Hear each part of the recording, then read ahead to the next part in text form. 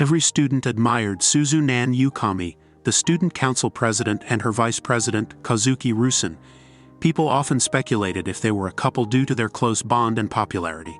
In contrast, Yu's was just an ordinary student with a mundane life. However, he secretly yearned for something extraordinary. After class, Yato realized someone had taken his umbrella, leaving him stranded in the heavy rain. Despite a spare umbrella being available, he refused to take what wasn't his. Inakami noticed Yu's predicament and reminded him they needed to leave soon.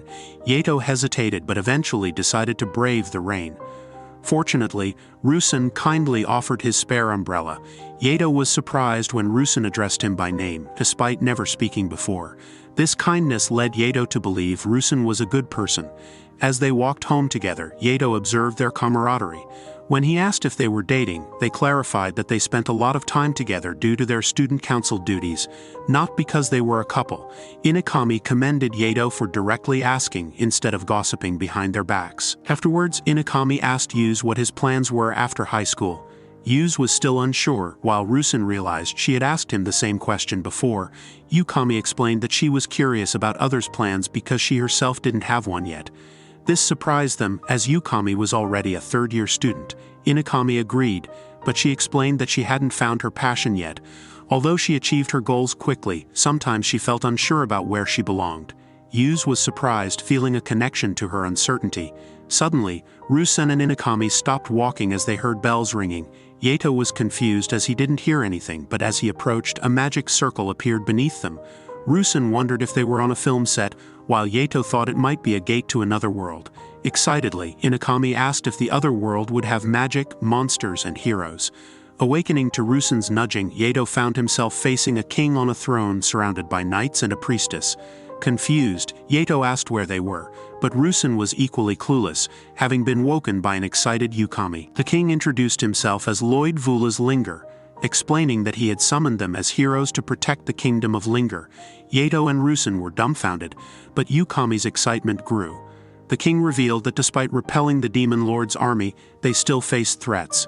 As a last resort, they resorted to a forbidden ritual, summoning accomplished individuals from another world. The hero summoning. Yukami was thrilled by the idea, but Rusen was enraged, demanding to be sent back immediately. However, the king apologized, stating they lacked a method to send them back. Rusen refused to accept it, arguing they had family waiting in their own world. But when the knights pointed their weapons, Yato intervened to calm Rusen down. The situation eased when the king kneeled, promising to find a way to send them back and asking for their help until then. Yukami respectfully asked why they were called heroes, despite the king knowing nothing about them. The king's advisor, Wei, explained that the ritual summoned accomplished individuals, signaled by the ringing bells they heard. They realized Yato hadn't heard the bells, understanding he was dragged along involuntarily. The trio followed Wei to have their magical abilities measured using a crystal ball. Rusen was surprised Yato wasn't upset, but Yato explained anger wouldn't help, preferring to find a solution. Rusen admired him, but Yato found Yukami's excitement even more admirable. Rusen agreed, deciding to adopt a positive attitude like hers. Yukami excitedly used the crystal ball, revealing an affinity for thunder magic and ample mana. Rusen followed, discovering an affinity for light magic, surprising him. Yukami explained its potential uses, teasing Yato's skepticism.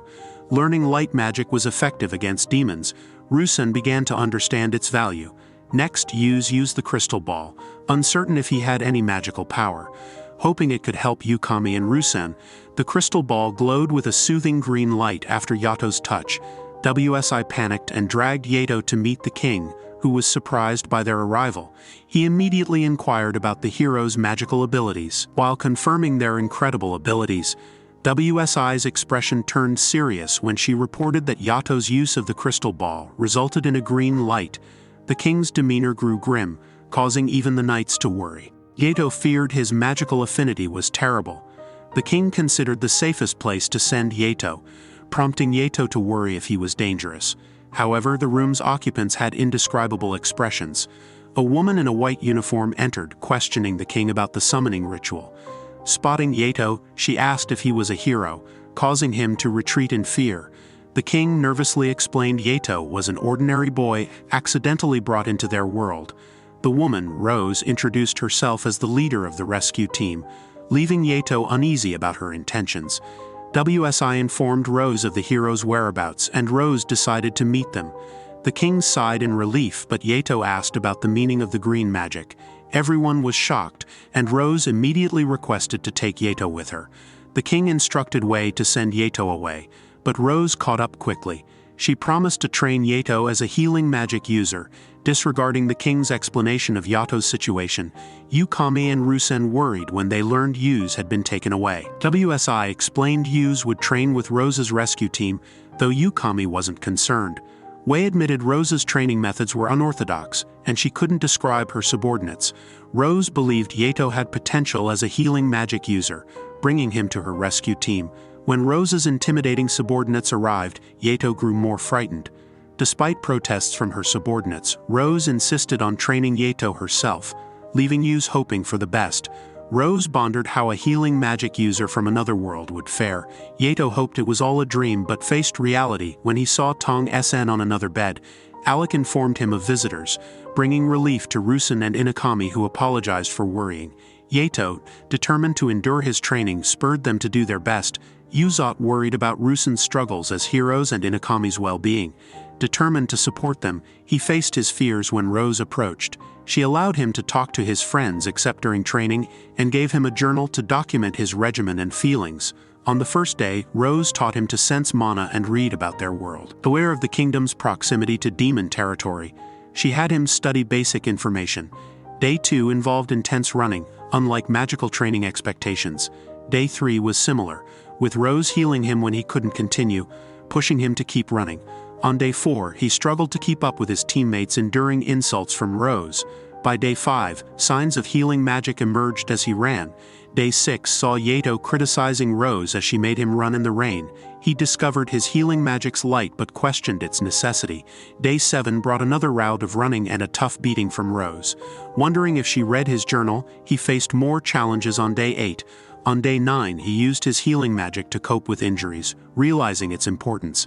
By day 10, he could run tirelessly, but doubted if it was enough to aid Yukami and Rusen. Unable to voice his concerns to Rose, she added more laps, motivating him to finish his training. On day 11, push-ups were added to improve speed. Rose explained the physical training aimed to enhance evasive skills from enemies. Rose explained to Yato that the training would not only enhance his ability to escape, but also to save his allies faster. Yato found it unsettling that he wasn't scolded much this time. On day 12, Yato ran until the afternoon and did push-ups at night, feeling lighter. Rose made him wear weights on day 13, noticing the changes. Day 14 saw Yato getting into a fight with Tong over lunch, with Rose watching as they chased each other.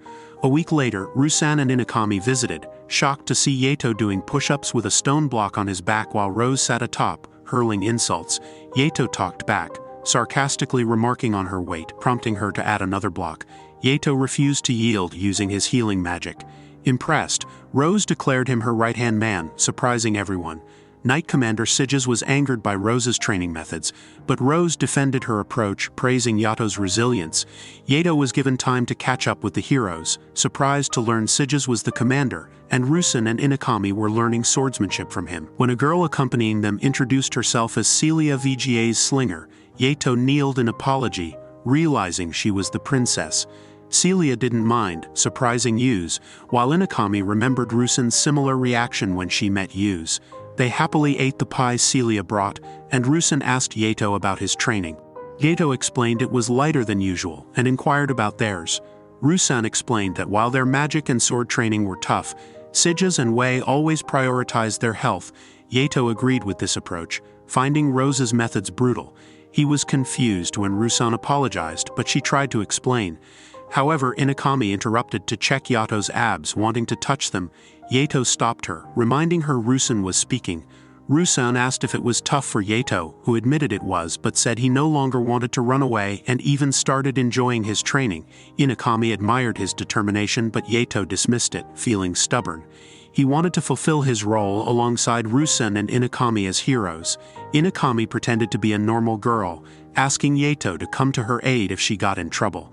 Yuz claimed she wasn't normal anymore, which the princess agreed with. Tong brought Yato's lunch, but they fought due to a previous lunch incident. The princess was unsure how to react, but Rusan and Inakami found it typical. Feeling restless, Rusan returned to the castle to train. Believing there was a reason they were summoned and wanting to give her best, Yato was glad to reunite with his friends despite being freaked out by Inakami's behavior. He realized she was right about his body's changes and improved physical abilities, but doubted if it was enough for battlefield life-saving. The next morning, Rose threw a bag at Yu's, announcing they were going out. The guard feared Rose, rushing to open the gate.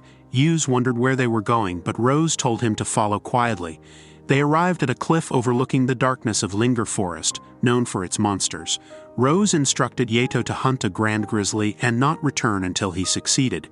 Yu's doubted his ability, having never trained for combat, even questioning if he could defeat a weaker blue grizzly. However, Rose insisted he was capable now. Throwing him into the forest, Yato realized he had to defeat the grand grizzly despite its terrifying nature to prove himself. Yato initially believed taking down the grand grizzly would be easy, but when one appeared behind him, he panicked and ran. Facing the monster up close, he found it even more terrifying than expected. Though unable to outrun it, he decided to fight, but the appearance of two blue grizzlies forced him to flee again.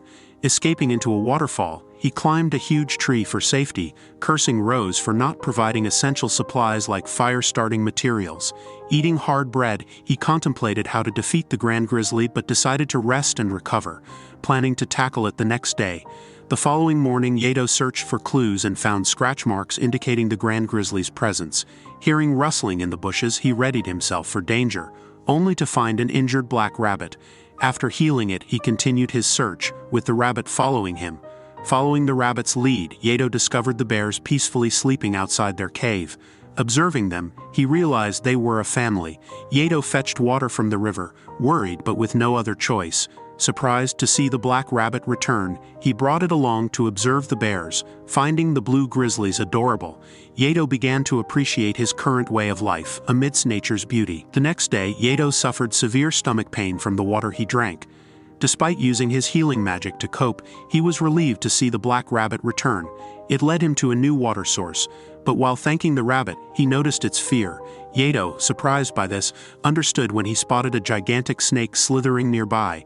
Though he hadn't read about this monster, he recognized its danger and resolved to avoid it. 4 days passed as Yato continued observing the bears, touched by their interactions. However, he knew he still had to defeat the grand grizzly to return home. The next day, despite rain and the rabbit's attempts to stop him, Yato decided to wait until the rain stopped before advancing to the bear's cave. Determined to face the grand grizzly, Yato approached the cave, only to find the grand grizzly and its partner dead. Yato was certain the gigantic snake was responsible for the bear's deaths, killed for sport. As the blue grizzly cub emerged from the rubble, mourning its parents, Yato's heart sank. Though annoyed his prey was stolen, he vowed revenge for the cub. Instructing it to wait, the cub sought the snake's scent. Meanwhile, Rusan and Inakami realized it had been 10 days since Yato began training in the forest. Tong remarked on Rose's authority, leaving them in the dark. Inakami, less worried due to Rose's planning, expressed faith in Yato. Though Rusan's expression betrayed lingering concern, Yu's prepared himself for battle against the snake, crafting a wooden sphere and conditioning himself. Seeking the rabbit's aid, it hesitated but understood Yato's determination. Utilizing its keen sense of smell, they eventually located the snake. Yato was shocked to find the cub battling the snake alone. Though terrified, he faced the snake head-on, dodging its attacks and striking its eye. Though thrown by its tail, he swiftly healed and prepared to continue the fight. Yato focused on attacking the blinded side of the monster, but it was ready for him and bit him. Despite being stuck, Yato didn't give up and used his knife to stab the snake. This forced it to let him go, but its venom started affecting him. Luckily, Yato knew how to heal himself from the inside out, having learned it after drinking dirty water. Once he recovered, he charged at the snake, which was ready to attack with its tail. The blue grizzly cub intervened, holding down the tail to create an opening for Yato. Yato climbed onto the snake's head and landed a powerful punch, cracking its skull and knocking it down. While the cub held the snake, Yato continued stabbing its eye until it stopped moving. They celebrated their victory, but the snake suddenly rose again. With his mana depleted from neutralizing the venom, Yato was helpless. As the snake prepared to strike, Yato thought it was the end. He cursed Rose for the danger he faced. Suddenly, Rose appeared out of nowhere and swiftly stomped the snake to death. Yato was confused by her sudden arrival, but Rose explained that she was nearby, ready to help if needed. She introduced her pet black rabbit Kukuru, who had been watching over Yato. Rose revealed that the injured rabbit act was to gain Yato's trust. Rose was surprised by the snake's presence, created by the Demon Lord's army and its ability to kill the Grand Grizzly. Upon hearing Rose's explanation, Yato couldn't help but think of her as either a monster or a witch for expecting him to take down the monster alone. Rose admitted she didn't anticipate his victory. Rather, she wanted him to gain battle experience. However, she found the situation intriguing and decided to observe. Yato complained about almost losing his life, and the blue grizzly cub grew hostile toward Rose because of Yato's anger. Rose realized the cub had grown fond of Yato, calming down when Yato patted it. Seeing Yato's resilience, Rose found him similar to herself. Rose instructed the cub to carry Yato back with them despite Yuzu's concern. The cub eagerly complied, and Rose decided it was time to return home. However, she remembered Yuzu's insults but chose not to punish Yato. Satisfied with how he passed her test, Yato declared himself qualified to stand beside Rose on the battlefield, boasting of his ability to endure pain, his physical aptitude, and strong mental state, which the other healers lacked. Rose saw hope in Yato, believing they might stand a chance against the demon army. Meanwhile, Emilia Verret, the third commander of the demon army, reported the smooth progress of preparations to invade the Linger Kingdom. The demon lord instructed Emilia to lead the army, but reminded her not to fight to the death. Emilia promised to do her best, although she was visibly nervous. Hayu, the demon doctor, teased her about her seriousness, indicating the tension within the demon army. After meeting with the demon lord, Emilia was upset with his behavior, so she left without paying him any attention. But then, Hu told her that their work was going well, and wanted to show her their new monster prototype called Balanak. It was a giant snake, just like the one Yato had fought before. Emilia remembered the old one getting away when it was hurt, but Hu said this new version was stronger. Emilia hoped it was true because she knew there would be tougher enemies than before. Hu asked if she meant the kidnappers, and she confirmed, explaining how important they were for carrying injured people off the battlefield. She mentioned their leader, who had a grudge against her master and whom she wanted to face. But Hu reminded Emilia that she was the commander now, so she couldn't join the fight herself. Instead, she decided to send the Black Knight, the immortal mage of darkness. Meanwhile, Yato woke up Bloon and teased him for being greedy when he grabbed some fruit for breakfast. Kukuru wanted some fruit too, acting cute to get it. Yato was cautious because Kukuru had tricked him before, but he couldn't resist the cuteness. Seeing Kukuru happily eating, Bloon asked for more food. Rose arrived and explained that Bloon could stay with them if he helped out. Bloon got scared, and even Yuz worried about what Rose might ask him to do. Rose surprised Yato by asking him to carry Bloon while running, simulating how he'd rescue injured soldiers in battle. Yato thought it would be easy if he managed his energy well. But Rose pushed him to run faster, simulating the urgency of rescuing wounded soldiers. Meanwhile, Tong and Mill ambushed him to simulate enemy attacks. Yato escaped, but they reminded him to stay focused. After an hour, Gol popped up from the ground and Alec threw stinky water at him to slow him down. Yato started feeling tired after 4 hours, and almost got hit by Kiruru, who suddenly appeared in front of him. Yato couldn't keep going and collapsed on the ground, totally worn out. Rose explained that humans tire out faster due to feelings like nervousness, fear, and impatience, especially on the battlefield. She said he needed to get used to it to build mental strength and decisiveness. Then she surprised Yato by asking him to run around the castle town while carrying Bloon, which shocked Yuz. The townspeople were worried to see a blue bear in the middle of town, but then they stopped paying attention, confusing Yuz. Bloon woke up smelling something delicious and asked Yato to take him to it. It was the fruit Yato had for breakfast, called paffles, a specialty of the kingdom. Yusato asked why everyone was so calm despite a monster on Yato's back. An old lady explained they were used to seeing scary-looking rescue team members, so nothing fazed them. Yato thanked her and promised to buy fruit next time, but she gave him one as a treat, and Bloon happily ate it before Yato continued running. While Yato wondered if Bloon could enter the castle, someone called to him. Yato only noticed when he fell while running toward him. After apologizing, Orga introduced himself, wanting to greet Yato as his senior. Orga was amazed to learn Yato was summoned with the heroes, though Yato had almost forgotten due to his training. Orga and his sister ran a clinic using their healing magic for citizens, but Yato was confused as Orga almost passed out and couldn't heal himself. Orga explained that he and his sister weren't good at healing themselves but were skilled at healing others, so they stayed on the rescue team to tend to the wounded when needed. Yato asked about their roles on the battlefield, and Orga said Tong and others would bring the injured to them to heal at the rear. Yato mentioned that Rose asked him to join her in the vanguard, but he doubted if he could handle it. Orga was surprised and explained that the heroes and knights faced the most danger. If they got injured and left behind, they'd be helpless, but healers like Rose on the battlefield could still save them. Despite the danger, Orga was sure Rose would only choose someone she trusted. Then, worried about his sister's scolding, Orga decided to go back. Yato also decided to continue his training. Before parting, Orga asked Yato not to hate Rose, saying she was just awkward with people. Yato reassured him, saying he had some complaints about her but didn't hate her. Orga thought Rose had finally found the right person. When Yuz arrived at the castle entrance, he was surprised Bloon was allowed to enter because Rose vouched for him. Yukami was puzzled by Bloon's appearance and didn't listen to Yuz's explanation. She asked if she could touch Bloon, and Yuz said it was fine as he could heal her if she got bitten. But Bloon slapped her hand away. Yato suggested she call Bloon by his name, but Bloon bit her again. When Yuz tried to intervene, he got bitten too. Yato healed Yukami's wounds, making her blush. Yukami told Yuz about Rusin, who was gaining fighting experience outside the kingdom. Rusin was worried about the coming war against the demons, but sages declared they were more confident because of Rusin and Inakami's presence. They prepared to engage a pack of wolves. Inakami told Yato it would be her turn to gain fighting experience next, but started pouting when Yato didn't sound worried. However, she was happy that Yato had become honest with her. As the war approached, Yato was more determined to help.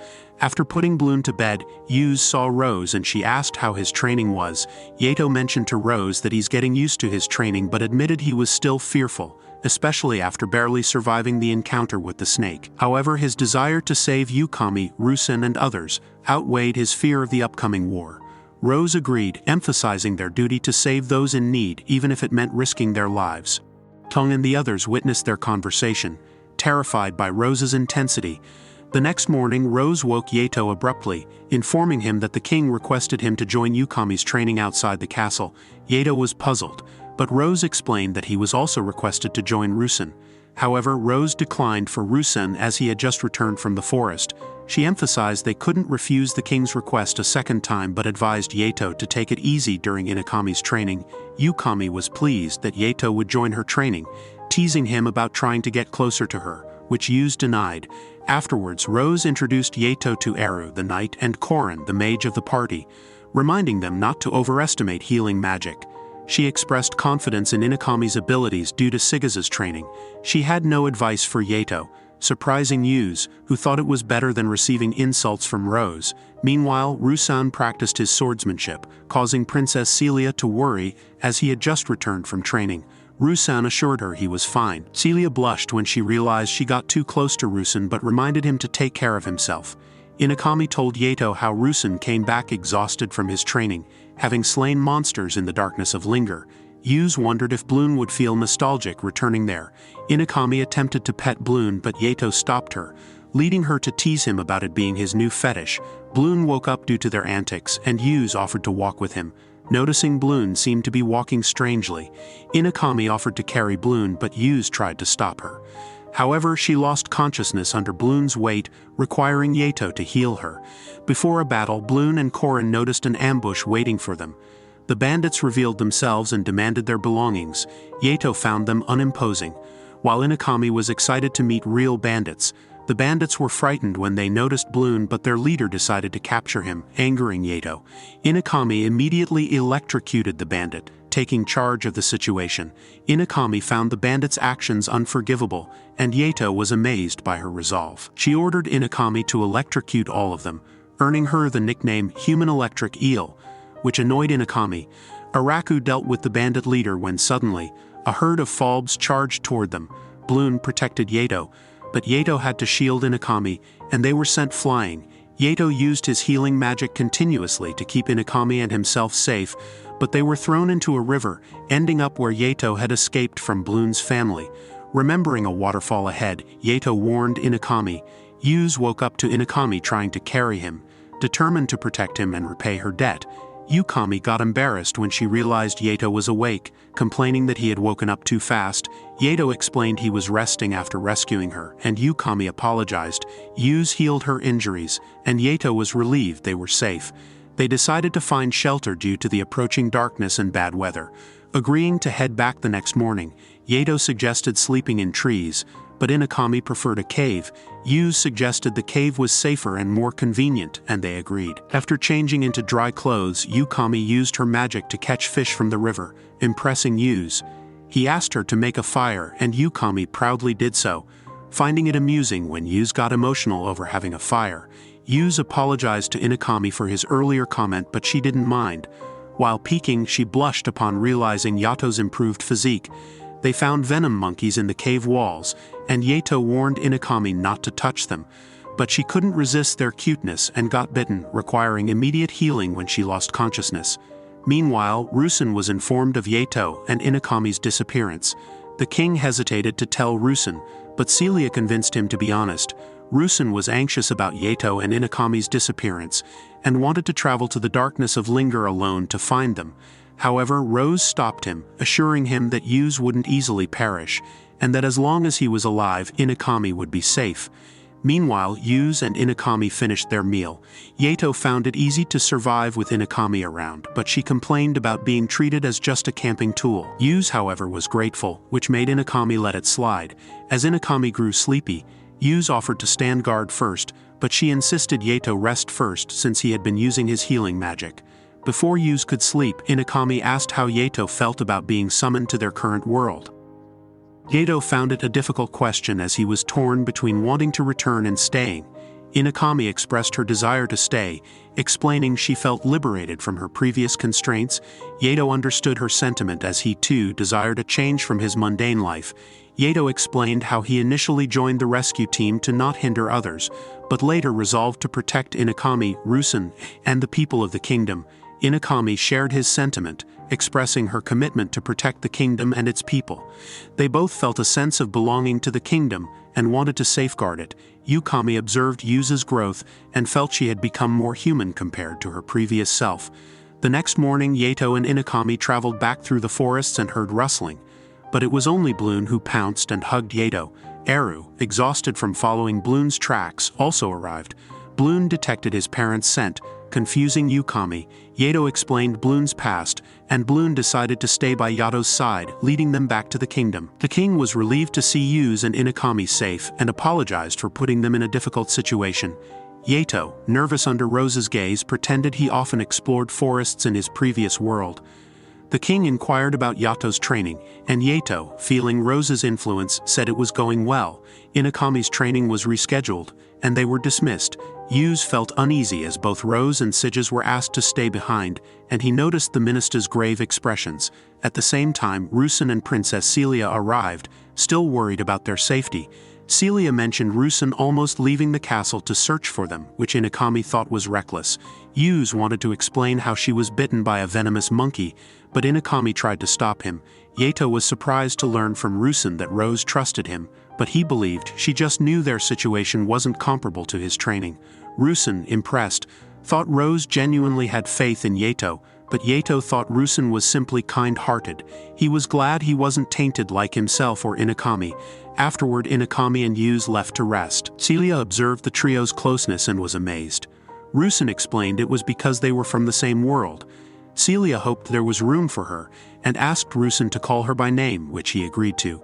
The king then initiated a discussion about the demon army. After interrogating the bandits, they learned the monsters fled from the grasslands, fearing something, likely the demon lord's army. Sigis was certain they would launch a full-scale invasion. The king ordered preparations for mobilizing all units, and Rose was tasked with scouting the demon lord's army safely. Before leaving, the king sincerely asked Rose to lead troops again, but she refused, still blaming herself for her men's deaths. She explained her desire to lead a unit that saves lives, not fight. The king realized Rose was talking about Yato, her ideal subordinate. She emphasized Yato's survival instincts, adaptability, and refusal to submit, qualities reminiscent of her deceased subordinate. Rose declared Yato her ideal healer and explained her training aimed to cultivate such traits. She apologized for going off topic and left to scout the demon army. After feeding Bloon, Yato found an envelope addressed to him, left by Rose. Inside were letters, one instructing him not to train the next day and to deliver the others to a specific address. Yato approached Alec looking for Rose, but Alec didn't know where she went. Rose had mentioned skipping dinner before leaving. Meanwhile, Emilia supervised the bridge construction for the demon army's invasion. The Black Knight, unimpressed, criticized Emilia's enthusiasm. Despite Emilia scolding her, the Black Knight ignored her and left. Huck's presence worsened Emilia's mood. She felt he was mocking her. Emilia informed Huck that the bridge would be ready soon, allowing the invasion to begin. Their subordinates reported someone on the cliff's other side. Emilia dismissed it, confident they'd finish before the kingdom could react. Suddenly, a log destroyed the bridge, thrown by Rose, who only intended to scout. She didn't mind delaying the invasion. The next day, Yato followed Rose's map, attracting attention. He passed the old lady who offered fruit and promised to buy some later. The lycanthrope girl observed him. Yato reached the location on Rose's map, greeted by Orga's sister, Yuru. Yuru, knowing Yato from Orga's description, mispronounced his name. Yato asked for his brother, finding him healing a patient. Yuru explained they needed to be discreet to not distract Orga. Yato marveled at Orga's potent mana. The healed child was confused by the onlookers, surprising Orga with Yato's presence. Orga thanked Yato for delivering Rose's letter. Yuru inquired about Tong and the others. Yato mentioned their intimidating presence. Yuru revealed she stopped training under Rose due to concerns for her brother and feeling overwhelmed. Despite Rose's enthusiasm, fear grew among the trainees.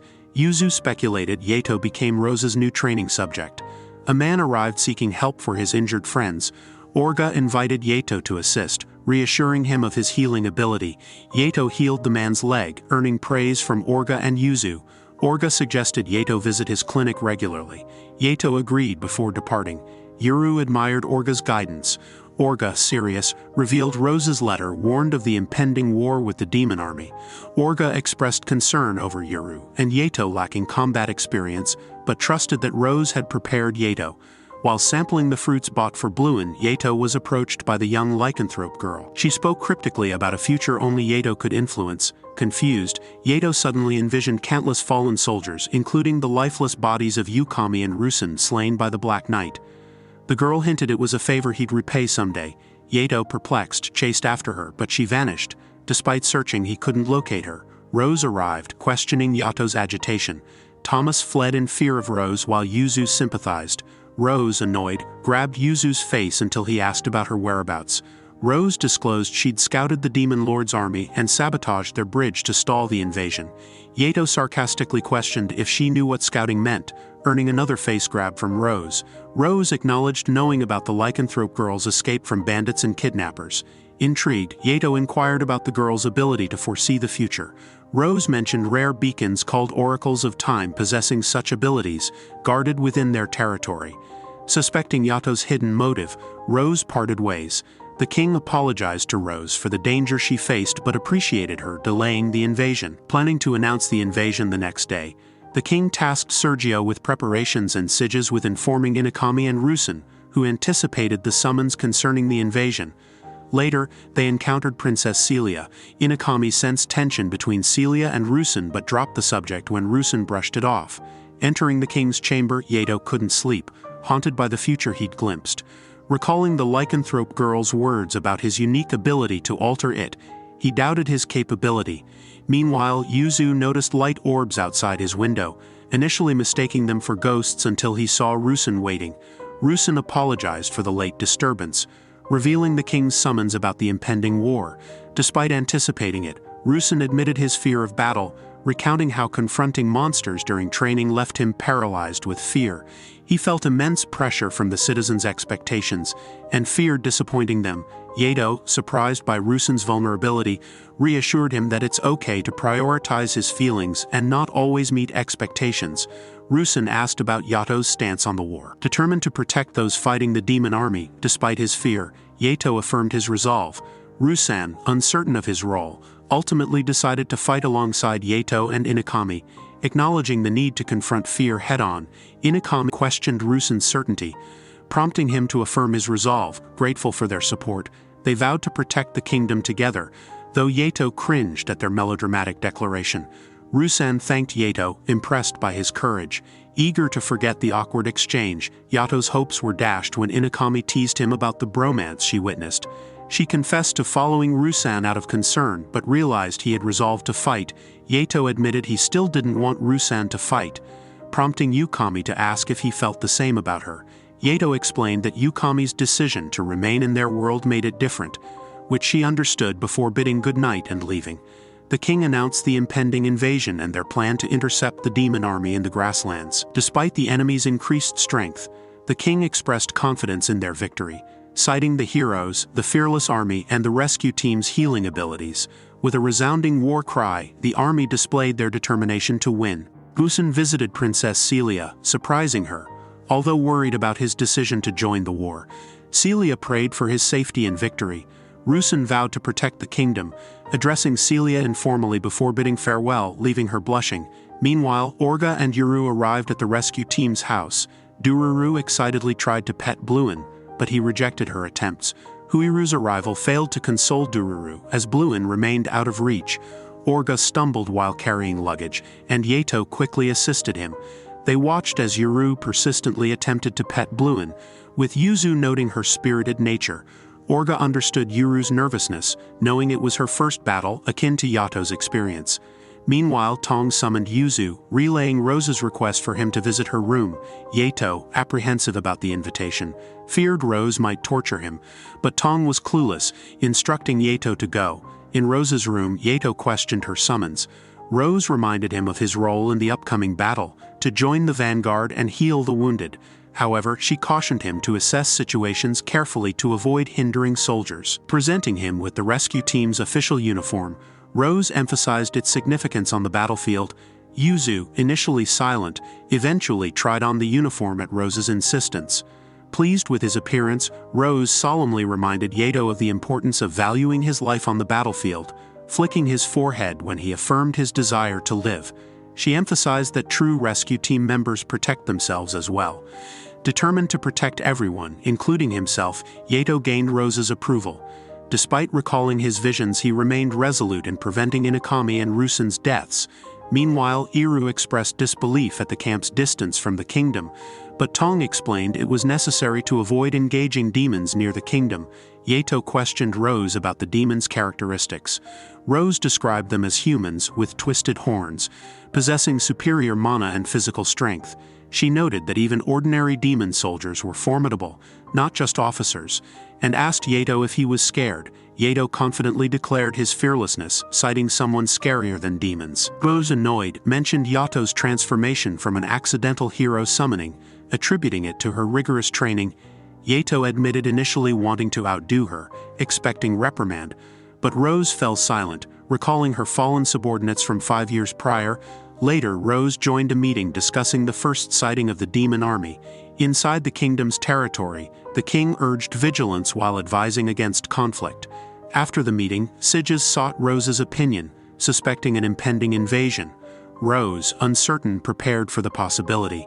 Wondering how to gather more information, Rose was interrupted by a girl calling out to her. After receiving a punch for eavesdropping on a secret meeting, the girl inquired about the demon's appearance, earning another punch for her troubles. All agreed the demons were troublemakers and vowed to send them packing, but Rose reprimanded them for underestimating the enemy. She decided to oversee their training as punishment. Upon their return, Rose's subordinates noticed the girl's pale face, realizing she had erred. Despite her excuses, they punished her for laxity. A week later, the king informed Rose of highly trained demon soldiers hunting monsters in Linger. Suspicious, the king tasked Rose with investigating, permitting force if necessary. Acknowledging Rose's discretion, the king trusted her to deliver results. Grateful for the trust, Rose vowed to succeed. Rose briefed the squad on the mission, departing the next morning. Aware of the potential danger, they prepared for a fight against roughly 30 enemies. All cautioned against underestimating the enemy, though they resented her after enduring a week of hellish training. Meanwhile, Rose informed Kukuru he wouldn't join the mission due to his vulnerability. Despite getting beaten up, the squad sought Rose's assistance, prompting her to lead the mission personally. Encouraged by her leadership, they anticipated confronting the demons with confidence in Rose's healing magic. The following morning, the squad ventured into the darkness of Linger but found no sign of the demons. All suggested exploring the forest's west side the next day, sensing something amiss despite its danger. Surprised by their agreement, they left to decide on fire watch duty. Rose volunteered for the first watch, urging the others to rest. However, she noticed All's inability to sleep and offered to knock her unconscious. All, terrified, confronted Rose about her appointment as deputy commander, feeling inadequate compared to her squadmates. Rose questioned if All believed she was unfit for the role. All explained she felt like an errand runner, as Rose had trained the squad to excellence, leaving only paperwork. Rose acknowledged All's efforts and hinted at handing over the commander title in the future, but All refused, fearing backlash from comrades. Reflecting on their past interactions, All remembered her initial resistance to authority, particularly towards Rose. Rose, too, recalled All's reputation as a strong knight who challenged authority. All recounted futile attempts to resist Rose's commands, noting her inability to match Rose's strength. Even fleeing proved futile, as Rose always caught up. Despite feeling terrified, All remained determined to outdo Rose, refusing to give up on the rigorous training. Rose remembered All's motivation during training, which intrigued her. All admitted it was the first time someone didn't give up on her. Despite feeling annoyed by Rose's challenges, she found it fulfilling. All declared Rose the only suitable commander due to her unwavering determination, prompting Rose to flick her and appoint her as the next commander, praising her resilience. Although confused, All grinned, appreciating Rose's praise.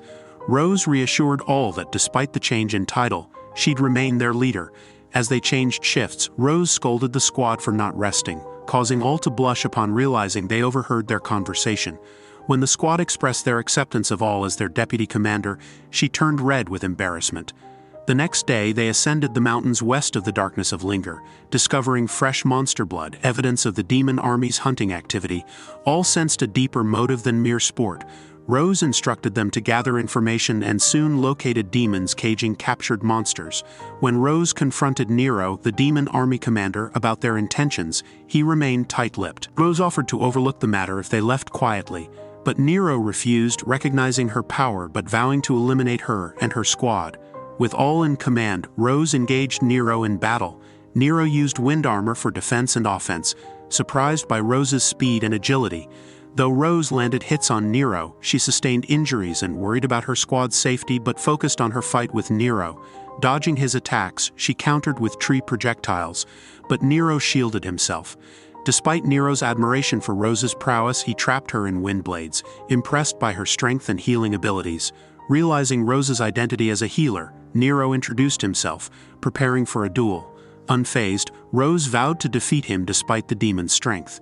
In the battle, Rose's unit gained the upper hand, mirroring Rose's ability to evade Nero's attacks and retaliate. Despite delivering a powerful punch, Rose realized Nero emerged unscathed, laughing off the blow. His unit, however, suffered greatly from their failed mission. Nero underestimated humans. Believing heroes of extraordinary strength were extinct, yet he recognized Rose as a formidable obstacle to the Demon Lord's resurrection. Determined to eliminate her, Nero's unit charged at Rose's subordinates, who valiantly fought back despite severe injuries.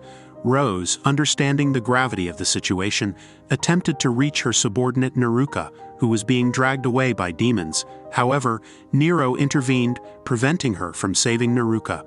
Rose's attempts to calm her comrades proved futile as demons willingly sacrificed themselves to ensure their enemy's demise. While Nero regretted the necessity of sacrificing his subordinates, he remained composed, unlike Rose, who lost her cool. In a swift move, Nero wounded Rose's right eye, revealing a temporary curse preventing any magical healing. As Rose's subordinates continued to suffer, Nero took advantage of her vulnerability, suppressing her more easily. Without hesitation, Nero moved to finish Rose, but All intervened, taking the brunt of his attack to protect her commander. As Rose surveyed the devastation around her, her gaze fell upon the injured All and the fallen bodies of her comrades. She felt a heavy burden of guilt for their sacrifice, remembering their unwavering trust in her leadership. Blaming herself for their plight, she lamented her perceived weakness, which led All to sacrifice herself to protect Rose. Meanwhile, Nero remained resolute in his intent to eliminate Rose, vowing never to forget the deaths of both their subordinates. Undeterred, Rose seized Nero's sword, unleashing a relentless assault upon him, condemning his disregard for his own subordinates' lives. With a fierce blow, she sent Nero flying and impaled him upon his own weapon, pinning him to a tree. However, just as Rose prepared to deliver the final blow, Emilia intervened to aid Nero, disregarding his orders to stay back. Rose, bewildered by Emilia's actions, struggled to comprehend how someone willing to sacrifice their own would have another willing to save them. Despite her anger, Rose couldn't bring herself to harm Emilia, allowing her to escape. Frustrated and exhausted, Rose crawled towards All upon hearing her voice, attempting to heal her wounds. Despite her efforts, the severity of All's injuries and the curse preventing healing magic's effectiveness left Rose powerless. All accepted her fate, expressing gratitude for fighting alongside Rose and their comrades. In her final moments, All pleaded for Rose to remain true to herself, embodying the person they admired. Though Rose vowed not to succumb to death, her screams of anguish echoed as All joined their fallen comrades. Rose reported the tragic events to the king, including the impending resurrection of the Demon Lord and the likelihood of an invasion. She speculated that Nero's actions were driven by this impending threat. After the tragic events, Rose made a solemn request to the king, asking to be relieved of her duties as a battalion commander and to have her knighthood revoked. Understanding her grief and guilt, the king agreed to her request. On her way back to headquarters, Rose encountered Josh's parents, expressing remorse for his death. However, they offered gratitude for bringing their son back and recounted his happiness serving under her. Despite their reassurances, Rose continued to blame herself for the loss. A month later, Sigis visited Rose, but King Lloyd had already ensured she was not contemplating suicide. Though Rose had briefly considered it, she explained it was only a passing thought. Sigis noticed her wounds were healing, prompting him to inquire why she hadn't healed her eye. Rose saw the scar as a reminder of her failure, a punishment she believed she deserved for allowing her subordinates to die. Determined to honor their sacrifice, Rose resolved not to waste the life All had saved. Feeling lost, Rose sought guidance on her next steps. Remembering All's plea to remain true to herself, she vowed to no longer succumb to weakness. Recognizing the impending battle's inevitable casualties, Rose decided to assemble a team focused on saving lives. She envisioned a group consisting of healers and combat-capable individuals who could navigate the battlefield while providing aid. In this pursuit, Rose expressed gratitude for finding Yato. Believing he could be an essential addition to her team, Yato was taken aback by Rose's unexpected praise, his expression reflecting his surprise. Rose elaborated on the significance of Yato's abilities, highlighting how rare it was for healers to achieve such competence through training alone. Perplexed, Yato questioned what would happen if all healers were as skilled as Rose. Yuz interjected with a humorous remark, suggesting it would spell doom, earning him a swift punch from Rose. However, Rose clarified that they possessed a unique capacity to push their healing magic beyond conventional limits. Acknowledging Yato's exceptional capabilities, Rose expressed confidence in his survival, given his similarity to her own abilities. Yato's smile at her words irked Rose, resulting in another playful punch. As the demon army began their advance, Emilia eagerly anticipated avenging her master, while the Black Knight looked forward to the battle, albeit with a hint of boredom at the perceived ease of the encounter. Emilia's insistence on respecting the human strength, particularly the kidnappers, sparked a debate with the Black Knight, who viewed them as insignificant. Despite their differing perspectives, both warriors prepared to face their adversaries. Meanwhile, as the kingdom's army camped at the edge of the plains, Yato, unable to sleep, awaited the impending battle. Outside, he encountered Yukami. Surprised to see him wearing the same uniform as Rose, Yukami took the opportunity to showcase her own armor, proud of its aesthetic and practical qualities, seeking Yato's opinion on it. Yato was surprised by Yukami's enthusiasm for her armor and plant care hobbies, finding it unexpected but endearing. However, he wasn't entirely convinced that plant care counted as cute stuff. Inakami teased Yato, suggesting he should be the one to soothe Yukami's heart instead, to which Yato vehemently refused. Yukami persisted, determined to reveal Yato's cute side, prompting him to call for Rusen's help. Rusen intervened, holding back Yukami much to Yato's relief. Meanwhile, Sigis briefed the heroes on their mission to lead the front lines, open a path to the enemy commander, and seize the opportunity to eliminate her. Yukami expressed concern for Rusen, but he reassured her. More worried about Inakami, who sought distraction with Yato, Inakami admitted to feeling uneasy, but also excited about the impending battle, signifying her personal growth. Rusen and Yukami acknowledged her change, with Yukami expressing happiness at being accepted by Yuz. They agreed to discuss it further if they all returned alive. As the enemy approached, the army prepared their spells, led by the heroes. However, they soon realized it was an illusion, and the real demon army was attacking from the left flank. Yukami and Rusan swiftly moved to intercept them. Meanwhile, Rose delegated tasks to the rescue squad, assigning Tong and others to retrieve the injured and emphasizing the importance of their safe return. She tasked Orga and Yuru with healing, placing Araku in charge of their protection and instructing them to flee in emergencies. Finally, she briefed Yato on their role, planning to assist Orga and Yuru before engaging directly once combat escalated. As Yato nervously attended to the injured soldiers, their mention of a giant snake reminded him of the monster he encountered in the forest. Despite this, he focused on healing the soldiers' serious injuries. Meanwhile, the soldiers remained helpless against the giant snake, prompting the Black Knight to ponder the perceived weakness of humans. Suddenly, a soldier attacked her from behind, only to have the injury reflected back onto himself. Confused, the soldier attempted to flee, but Alec intervened, distracting the Black Knight and allowing the soldier to escape. Demilla recognized Alec as one of the kidnappers and found him intriguing. Observing Inakami's lightning magic in the distance, she headed toward the source as casualties mounted on the battlefield. Rose decided it was time to join the fight, confirming with Yato if he was ready. Yuz assured her of his readiness, prompting Rose's confidence. However, Yato teasingly remarked that her reassurance was unlike her usual self. Leaving Yuz and Inakami in charge of healing the wounded in the tents, Rose tasked Aru with ensuring their safety. Before heading to the battlefield, she warned Yato about the dangerous magic of the Black Knight and urged him to be cautious. Yato, recalling his vision of his friends' deaths at the Black Knight's hands, paused. As Yuz charged into battle, he immediately rescued a soldier from imminent death, drawing the attention of the enemy demons who recognized him as a healer. Despite their attempts to attack him, Yuz managed to evade their assaults and swiftly move away. Meanwhile, Rose showcased her formidable prowess by overpowering demon soldiers, while simultaneously healing wounded kingdom soldiers. Returning to the fray after his initial rescue, Yuz continued his task of saving lives on the battlefield. Inakami utilized her magic to eliminate demons, although the act of killing unsettled her. Their primary goal was to create a path towards the enemy commander to support their comrades against the giant snake threat. However, their advance was halted by the arrival of the Black Knight. Despite recognizing her formidable power, Rusan and Inakami charged at her, only to find that their attacks were ineffective against her armor. The Black Knight then used her ability to reflect the injuries intended for her back onto her attackers.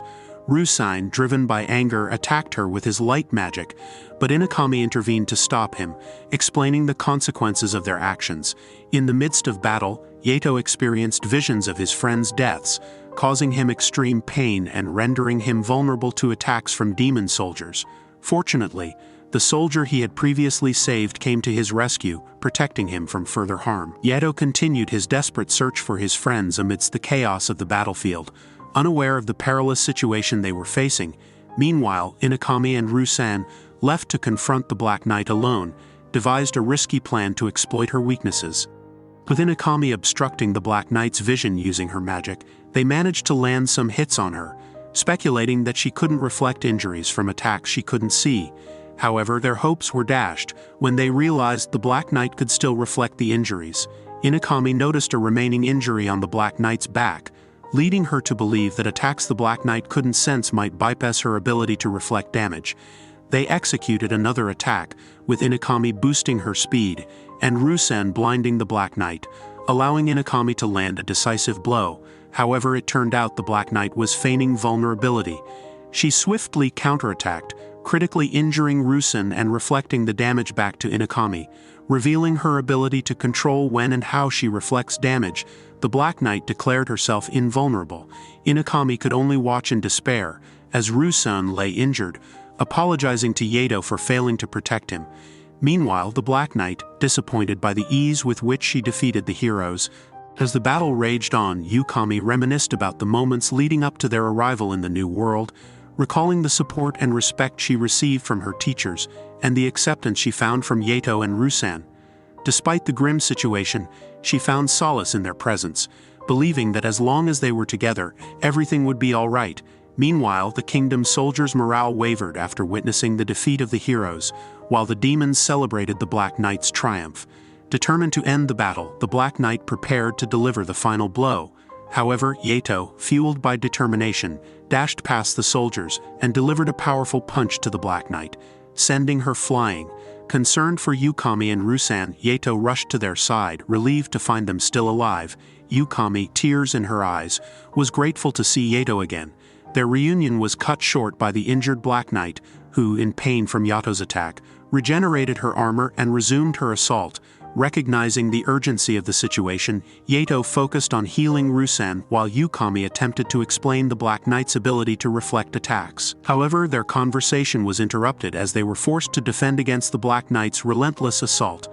Understanding the need to protect his friends, Yuz, despite his reluctance to fight, charged at the Black Knight to buy time for Yato's healing. As the Black Knight unleashed her attacks, Yuz realized he had no choice but to engage in combat. In the midst of battle, Yato noticed a surprising development. His attacks were not being reflected by the Black Knight's armor. Seizing this opportunity, he closed in on the Black Knight and delivered another powerful blow.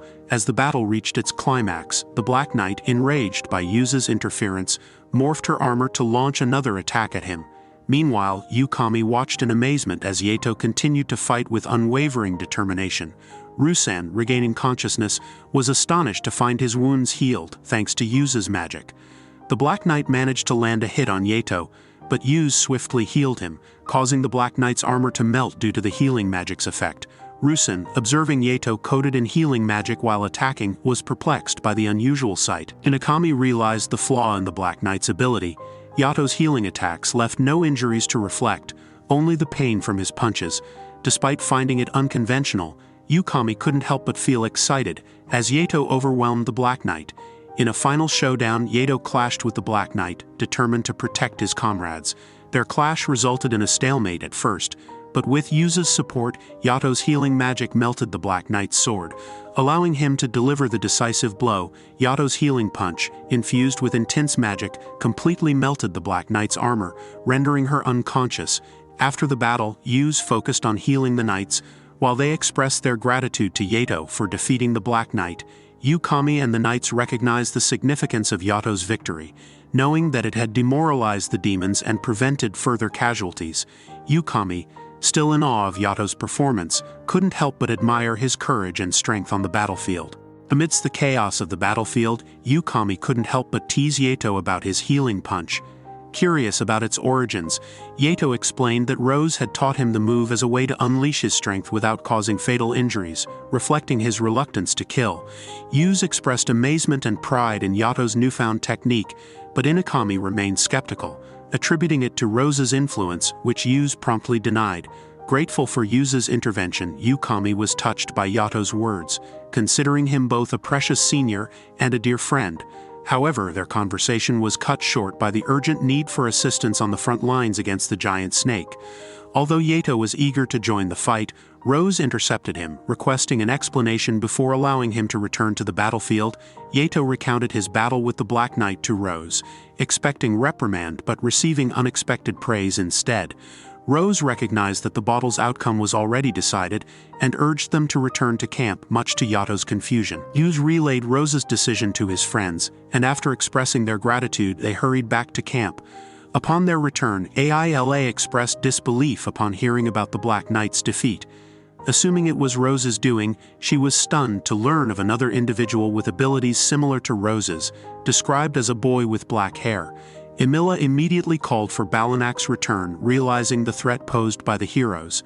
Back at camp, Yato resumed healing the soldiers, his efforts uninterrupted as Tong brought in yet another injured soldier. As the soldiers marveled at the explosion caused by the hero's magic, which effectively ended the threat of the giant snake, a sense of relief washed over them. Rose informed Yato that the battle was concluded, but he felt a pang of sadness upon learning that another battle might be on the horizon. Nevertheless, he set aside his emotions and assisted Gerd in healing another injured soldier. Afterwards, Rose commended Yuz for his timely intervention, acknowledging that without him the heroes might not have survived. Yato, however, humbly believed that Rose would have saved them regardless, but Rose insisted that Yuz's actions were crucial in turning the tide of the battle. She praised Yato for his contribution to the rescue team, which moved him to tears as he reflected on his journey since arriving in the Linger Kingdom. Reminiscing on the hardships he endured, the battles he fought, and the lives he witnessed lost, Yato expressed his gratitude for meeting Rose and being able to help others. Rose, too, remembered her past squad members who once shared similar sentiments, now mere memories, except for Yuz, who remained by her side. She commended Yuz for his survival, though he had exhausted his mana and stamina and collapsed from fatigue. At the awarding ceremony, Yato was elated to receive his first award. Despite receiving a smack from Rose in the midst of the celebration, he couldn't help but notice Bluen's weight gain, though Bluen denied it, and Gommel's cryptic warning about being careful while passing through the town left him puzzled. The citizens flocked around Yato, expressing their gratitude with gifts. He realized the depth of their appreciation for his contributions during the war. Eru, not surprised by Yato's reception, expressed his own gratitude for Yato's role in saving his comrades. He was taken aback, however, when Yuz thanked him and his comrades for protecting the rescue team, but he accepted the responsibility with determination.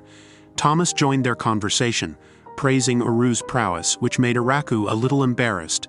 The king apologized for summoning Yuz abruptly, explaining that they needed his help to extract vital information from the Black Knight, who demanded to meet him before revealing crucial details about the demon officer's magic system and powers.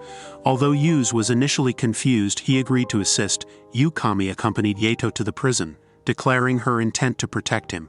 When Yato reminded her of her defeat by the Black Knight, she offered to be his meat shield instead.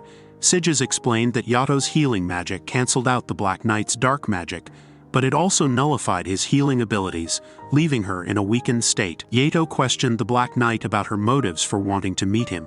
She admitted she wanted to see the person who had injured her so severely. With Cly's permission, Yato entered her cell, determined to help her.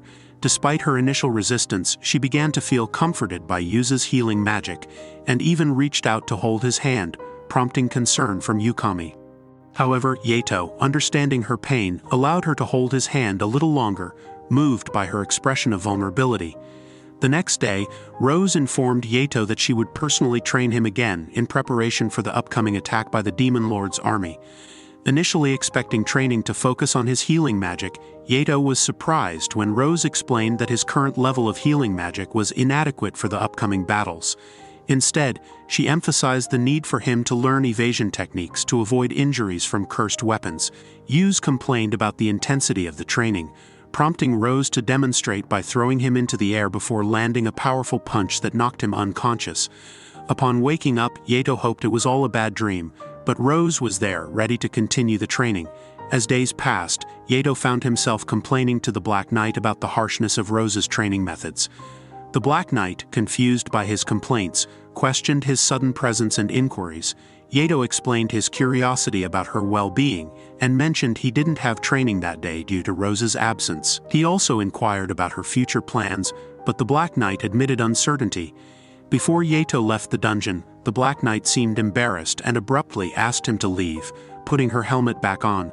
Later, Yato felt a pang of envy upon seeing Rusen training with his magic and receiving concern from Celia. He conversed with Rusen, who mentioned that Inakami had told them about Yato's involvement in making the Black Knight cry. This revelation made Yato's head ache. Celia reassured him, mentioning her father's growing trust in him and his significant contribution to their recent victory. Rusan inadvertently hinted at his indebtedness to Yato, causing panic, but Celia requested details after Yuz had left. Meanwhile, the Black Knight pondered why Yato continued visiting her, while Yato hoped she wouldn't face execution after providing valuable information to the kingdom. When the Black Knight noticed someone approaching, she initially thought it was Yato, but it turned out to be Rose. Realizing that she was the captain Yato had spoken about, the Black Knight became apprehensive. Rose explained that King Lloyd had given her two options, to stay in the cell or to be under Rose's wing as an upright demon. Choosing the latter, Rose opened the cell, causing the Black Knight some anxiety. Rose used a collar to seal the Black Knight's mana, ensuring her compliance. Despite the Black Knight's complaints, Rose was determined to reform her. Meanwhile, Yato was running with Bluin to help him slim down when Rose kicked him away for disobeying her order to rest. Rose had brought the Black Knight with her, intending to train her personally and transform her into an errand runner for the rescue team. Yato could only offer condolences to the bewildered Black Knight. Later, Rose asked Yato about the Black Knight's condition. Yato explained that despite some initial complaints, she had calmed down after taking a bath and fallen asleep. Rose then informed Yato that the king had decided to form an alliance with other countries to oppose the Demon Lord's army. Yato was included as a representative, as both Rose and the king believed he could successfully complete the mission. The next day, Yato exchanged greetings with the ladies in the town market, where the shop owners apologized for the commotion during their previous encounter. Yuz was reminded of the kindness of the citizens, and was determined to deliver the missives to protect them. Later, he encountered Inokami in the market, who thought it was fate that they had met, but Yato disagreed and rushed off to a little fox girl. Yato listened intently as Amako explained her situation and her vision of the heroes' deaths. He was surprised by her foresight but understood her urgency in preventing the kingdom's downfall. Amako revealed that she had left the Beastkin territory to save her mother, as only humans could be born with healing magic. Despite her efforts to find a healer willing to help, she had failed until encountering Yato. Feeling a sense of responsibility, Yato assured Amako that he would do everything he could to save her mother. Amako expressed her gratitude, believing in Yato's abilities as a healer. She also emphasized the importance of secrecy, knowing the risks involved in revealing her identity as a beastkin. As they continued their discussion, Yato couldn't shake off his curiosity about Inokami's presence. Amako, however, seemed confident that Inokami would keep her secret. Yato wondered how Amako knew about Inokami, but she simply replied that heroes could be trusted with such matters. Amako's arrival at the Linger Kingdom surprised Yato, who wondered why she hadn't sought help from Orgo or Yuru. Amako explained that she needed a healer who could also fight, and she had visions of Rose rejecting her request, but she knew Yato would help her. After pleading for Yato's assistance in saving her mother, Yukami expressed concern about Yato's importance to the kingdom. Amako understood the difficulty but remained determined. Yato realized they could travel to the Beastkin territory during their journey to deliver missives, so he informed Rose and the king before leaving, asking Tamako to call for help if threatened. Rose was surprised to learn Amako was an oracle of time, understanding the significance. Oracles warned the Beastkin of future calamities potentially leading to war, but it also meant Yato could visit the Beastkin territory. Omaku sensed Yuzu's intentions, causing Inokami to feel jealous, but Yuzu thanked Amako for her help. During dinner, everyone except Felm enjoyed their meal. Yuzu encouraged Felm to eat, knowing she needed energy for training. Felm wasn't eager to train and hoped Rose would send her back to prison. Yato gave Felm a diary to help her cope. On her second day of training, Felm pushed herself until Rose intervened, healing her. On her fifth day, Yato joined their training and amazed Felm with his endurance. On her 10th day, Felm watched Yuzu train and was surprised by his resilience. Despite Rose's frustration, Yato successfully dodged her punch, impressing Felm. After Rose kicked Yato for letting his guard down, Felm asked if he was alright, but Yuzu celebrated as if nothing had happened. Satisfied, Rose allowed Yato to resume his training, assigning Felm to train under him, much to her fearful agreement. Yato calling Rose a monster prompted Felm to agree, though she felt he was becoming a monster himself. When Yato finally asked for Felm's name, she blushed, but he replied casually, causing her frustration as he played with Bloon without acknowledging her. Rose inquired about Felm's absence at dinner, learning she had passed out during training but had since recovered. Despite being teased by Gerd and the others, Yato insisted he was more human than Rose, prompting Rose to throw a spoon that cut Yato's cheek and embedded in the wall. Yato admitted he had spoken out of fear, and everyone else acknowledged their mistakes, but Yuzu feared for his life when Rose called his name. Meanwhile, Felm heard about Yato's upcoming journey to deliver the missives and the king's decision regarding his request. She packed her things and left the rescue squad's headquarters. Yato, accompanied by Amako, met with the king, who expressed gratitude to Amako for her assistance and agreed to grant Yato's request to visit the Beastkin territory after delivering the missives. Wei discussed the details, explaining that Yu's would travel to 4 countries, Samural, Luckmire, and the Beastkin territory. While they would start together, Yu's, Amako, and 2 knights would continue to the Beastkin territory, parting ways with Yukami and Rusen in Lewis to avoid suspicion. Yato was tasked with selecting the knights to accompany them. Yato asked Araku to join them, and although Araku initially chose to guard the gate, he agreed to come along, pledging to protect Yu's and Amako with his life. Albert was thrilled by this decision, while Wei asked for the last person Yato wanted to bring, prompting him to choose Bloon without hesitation. Meanwhile, Rose caught Felm attempting to escape through the forest. Despite Felm's denial that she intended to inform the demon army about Yato's journey, Rose knew she wouldn't go that far. Realizing Felm's concern for Yu's, Rose became angry and decided to take her somewhere where Yato couldn't find her. Yato was surprised by Felm's attempt to escape, and when he asked if she would miss him, she kicked him, complaining about his decision to leave her behind. However, she stopped when he finally called her name. Rose spoke with Yato before his departure, advising him to confront those who consider healing magic weak and to expect changes during his journey. She expressed her expectations for him, bringing Yato to tears as he respected her deeply and wanted to continue living in the world with her and the people of the kingdom. Orga and Yuru wished Yu's well on his journey, while Amaka was saddened to leave the old lady who had cared for her. Yato promised to remain by Amako's side. Celia also bid farewell to Inakami and Rusan before their departure. As Yato's carriage left the kingdom, Rose watched with Felm beside her, uncertain of their destination. Yato, unsure of what their journey would bring, was certain that he had become an integral part of this world, for better or worse.